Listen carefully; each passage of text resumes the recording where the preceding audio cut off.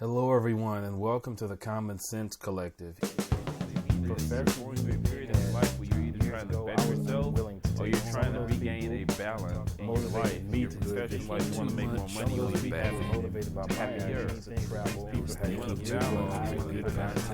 Content I hope you can relate to and hope that you feel.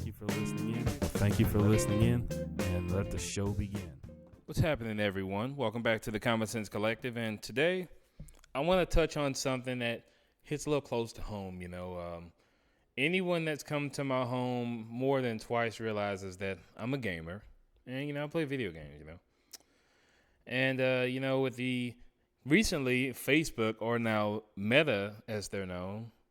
Well, that's really what I'm here to talk about. It's really not that serious, but I am here to talk about Meta because the whole idea of Meta, people are like, what's going on? Anyone that's plugged into like technology or like anyone that's been into like gaming or computing or anything for a while has been pretty familiar with the quote unquote metaverse. And that's kind of what I want to dive into, kind of just giving you a little insight on kind of my gaming journey as to where we are now and why this all kind of makes sense.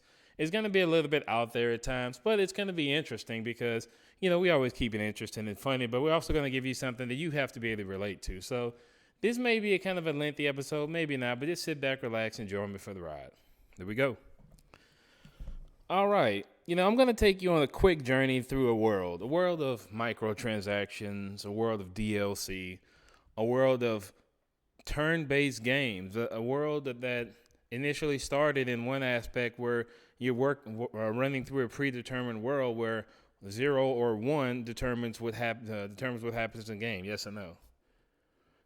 As we talk about, or as we look at like Facebook, now Meta and the metaverse, the idea of the metaverse is, I'm going to try to describe it to you based on what my experience is. And as I said kind of in the intro, if you've been around me, I'm into games, but I'm also into sci-fi. And if you've been around me a couple times, you've likely heard me mention Ready Player One.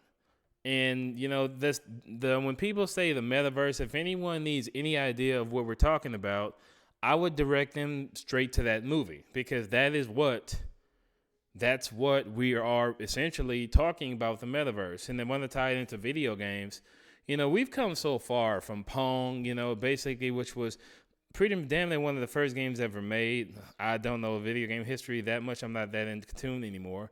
But there's basically a rotary knob that move a paddle up and down as a sprite bounce across the screen. And that was basically the first video game. Then you've always had card games and adventure epics and stuff like that, which exist in their own world. And the metaverse, is, let me continue talking about the games. I'll go back to one of my favorite games for Dreamcast, Phantasy Star Online. And pretty much what it was a very base level version or one of the foundational games in what we see today in virtual communities, which in so many words, many people, or you can look at the metaverse as.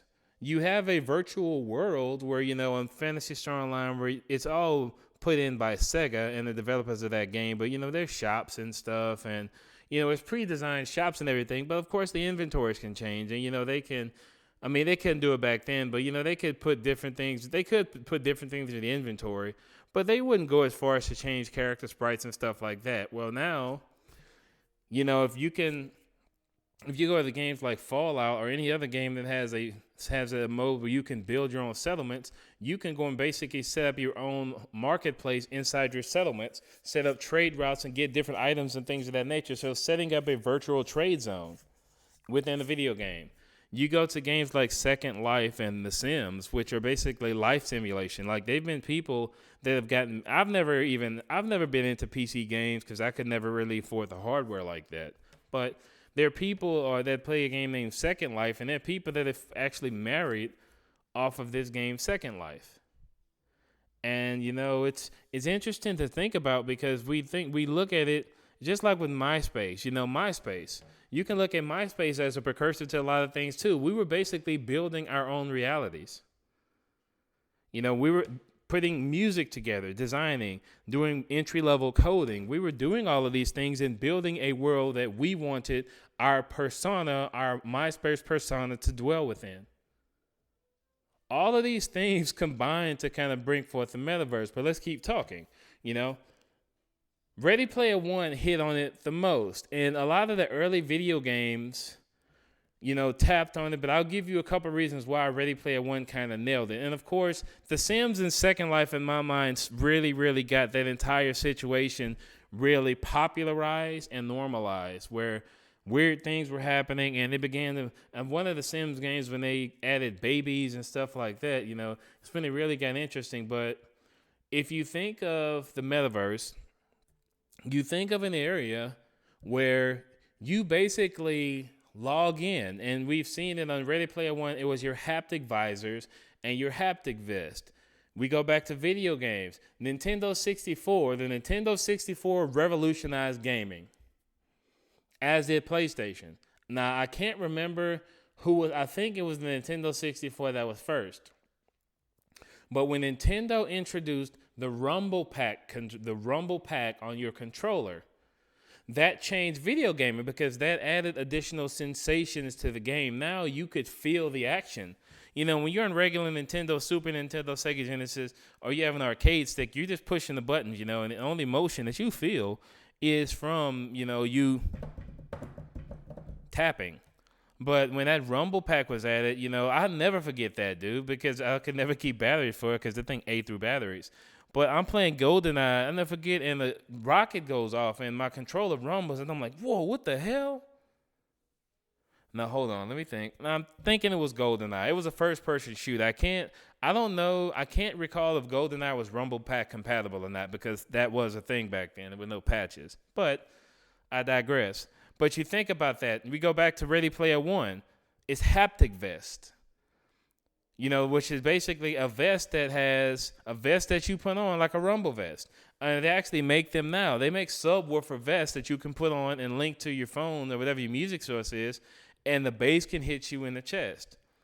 Go back to the idea of the Rumble Pack. And PlayStation with the dual shock controllers that added 2 rumble motors, which added even more captivating experiences in gaming because of the dual rumble motors on the controllers. These things are revolutionary. You go back to your haptic vest.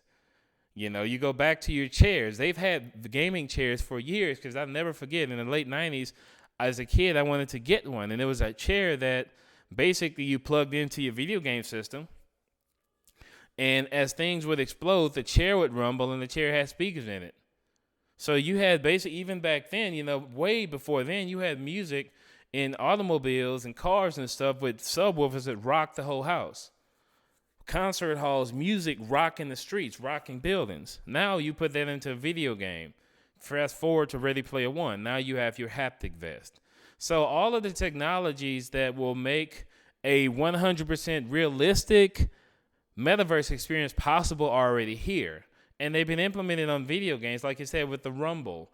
The Rumble in the sense, this was back in 1997, so it's 2021.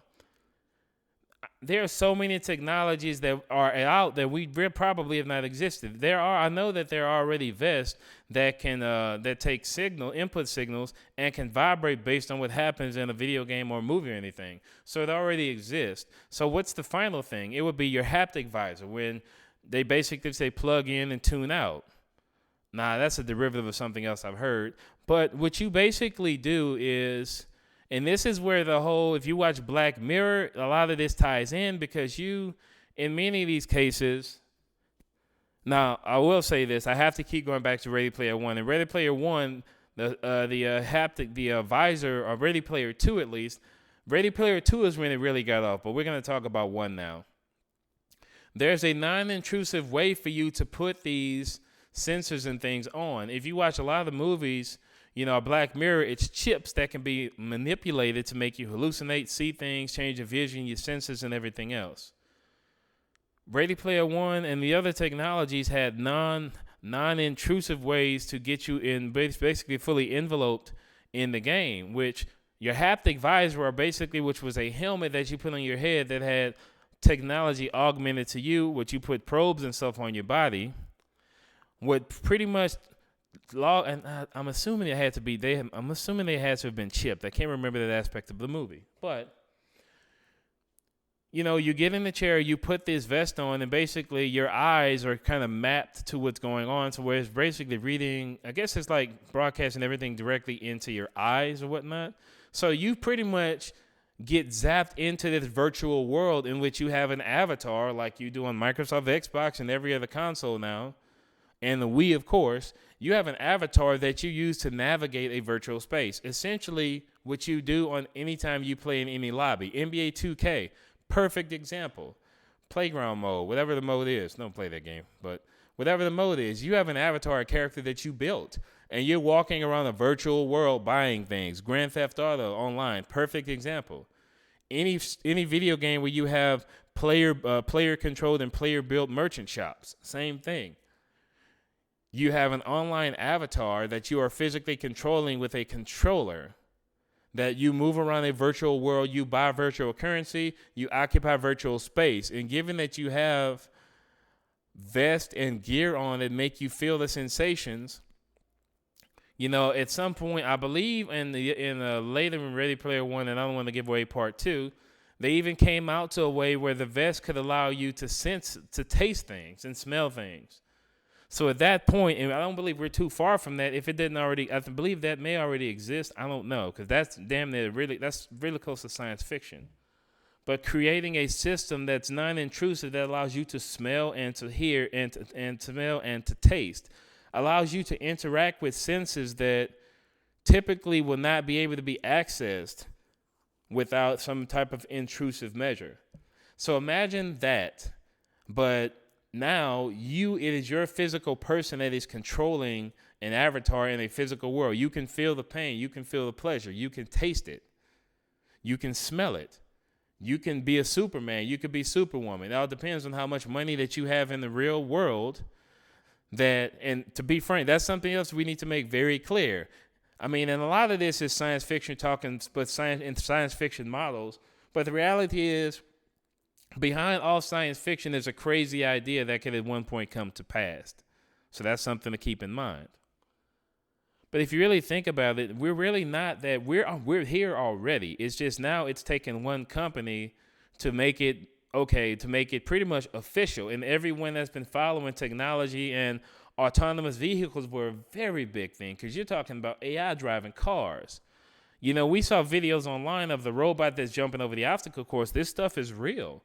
So if you're just told, in my opinion, I would think the most difficult thing to be able to master would be the ability to make someone smell and taste. Because if you can make someone smell and taste in a virtual world, you essentially have created a measure that will allow people to experience their entire life in a virtual world. And with that comes a lot of problems. If you visit Ready Player One, and now this is almost an advertisement for that, with every technology, there comes problems. Like, when video games first came out, people being addicted to video games. When pornography came out on the internet, and this is still something that ravages people, pornography addiction.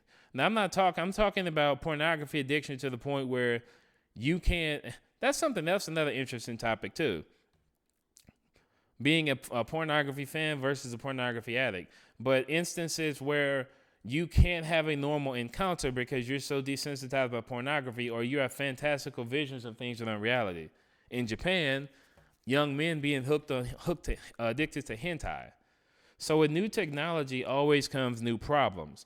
But when you introduce a situation where a person can effectively escape reality and experience an alternative reality that they can feel, taste, touch, and smell, then at that point, the only reason that you would really have to work would be not for everyone, because the reality is there's another thing too. There are a lot of people that will not adopt these technologies. And I mean, it's always interesting when I say a utopian world where everyone adopts this technology and this is the only option. And I've always found it interesting because given how societies are built, unless you live in a completely totalitarian society, there will always be the option to not do something. And I do believe that there will always be a host of people that will say, I'm good, no thank you. But if you get into a situation where you can taste and experience and feel everything that you ever wanted, whenever you wanted to, For many people, their only goal in making real money would be to experience that pleasure over and over and experience everything they never had the opportunity to do. So at what point is too much of a good thing a bad thing? And at what point does this kind of thing become detrimental to society? Now, the reality is we already have things that create experiences that have been detrimental to society. So I do believe that when this type of technology is introduced, the world will change. But I don't believe it will be everyone until you run into situations where countries and economies only want to operate within this level of real estate. And I think at some point we know that is what we're leaning toward, a completely digital world, a completely data-driven world, which could lead to the rise of the machines, but I digress. But, I just wanted to run that by everybody.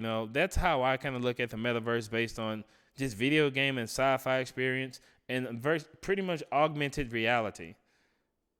You can live and experience whatever is available. I won't say whatever you want.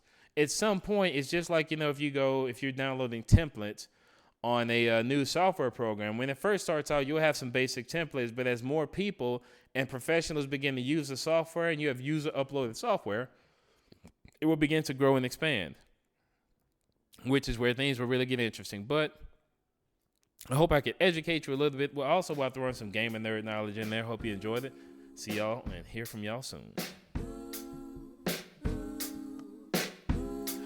Is it time to disintegrate? Is it time to celebrate?